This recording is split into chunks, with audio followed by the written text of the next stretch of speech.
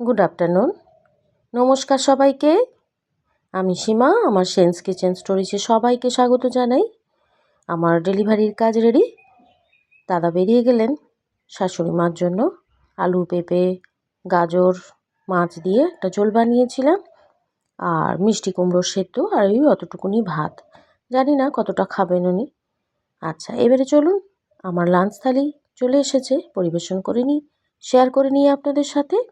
গরম ভাতের সাথে লেবু লঙ্কা নিয়েছি, শাক ভাজা করেছিলাম, বাঁধাকপির তরকারি, নতুন আলু দিয়ে চিকেনের ঝোল, আর আমলকির মোরব্বা।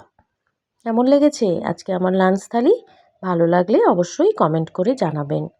আর ভিডিও ভালো লাগলে লাইক, শেয়ার, সাবস্ক্রাইব, ফলো করে আমার সঙ্গে থাকবেন সবাই।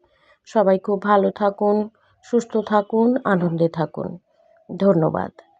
আজ এটুকুই। আসি তাহলে।